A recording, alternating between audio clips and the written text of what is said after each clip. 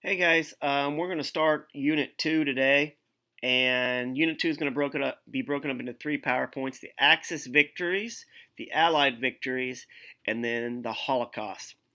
Today we're going to talk about the beginning of World War II and the Axis victories. Now, what we're going to talk about today is what was Blitzkrieg, what countries did the Nazis conquer, what is isolationism, and why did the United States join World War II? That's in this first PowerPoint. Now, the Nazi Blitzkrieg was lightning war, or the strike fasting using tanks in the Air Force to come in, quickly take over an area, and then bring their infantry in afterwards.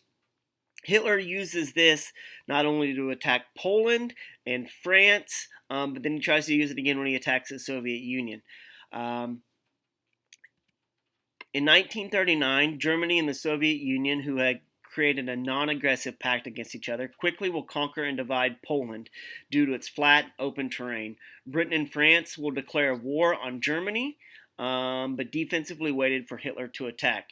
So in 1939, with the invasion of Poland, it will start World War II. The speed and efficiency of the German Blitzkrieg or lightning war stunned Europe. The Blitzkrieg was a swift attack designed to avoid trench warfare of World War I, supported by airplanes, artillery, tanks, and they would pierce the enemy lines and encircle their opponents. And then the infantry would come in and occupy the territory. And we briefly discussed that already. You can go through the PowerPoint and kind of look at the pictures of the Panzer tanks and the Stuka dive bombers.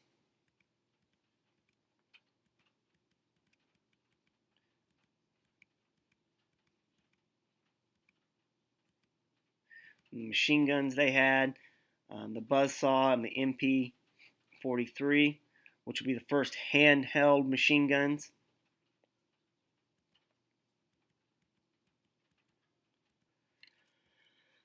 Now, after taking over Poland, Hitler quickly will strike France.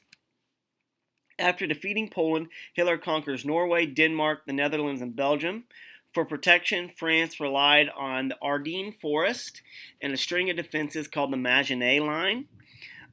French thought the Germans would avoid these defenses and invade through Belgium like they did in World War I, so that's where they concentrated all their troops at.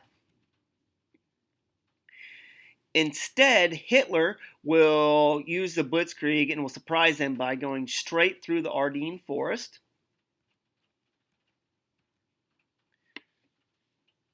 With his panzers and pinning the Allies to the sea and pushing them off the mainland Europe. Less than a month, the French were defeated. Now, here's one of the things Hitler makes a lot of mistakes as the leader of the Nazi empire. And one of the things is he sometimes does not listen to his generals. He wanted to be in total control. And so he doesn't listen to his generals. He thought that he was this military genius, but in all honesty, he had only served as a private in World War I.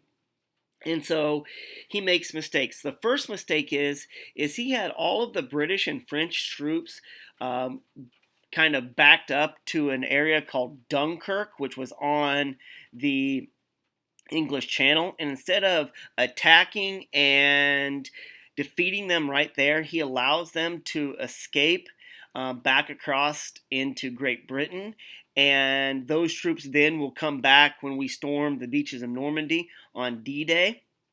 That will be one of the first mistakes he makes. We will discuss some of the other mistakes he makes as we go through here, but that's one of the first ones. They actually made a movie about it. It's called Dunkirk, and it's a pretty good movie if you all want to watch it. So you can kind of see on the map here where they go through the Ardennes Forest. They back them up to the English Channel, but they let them escape at Dunkirk.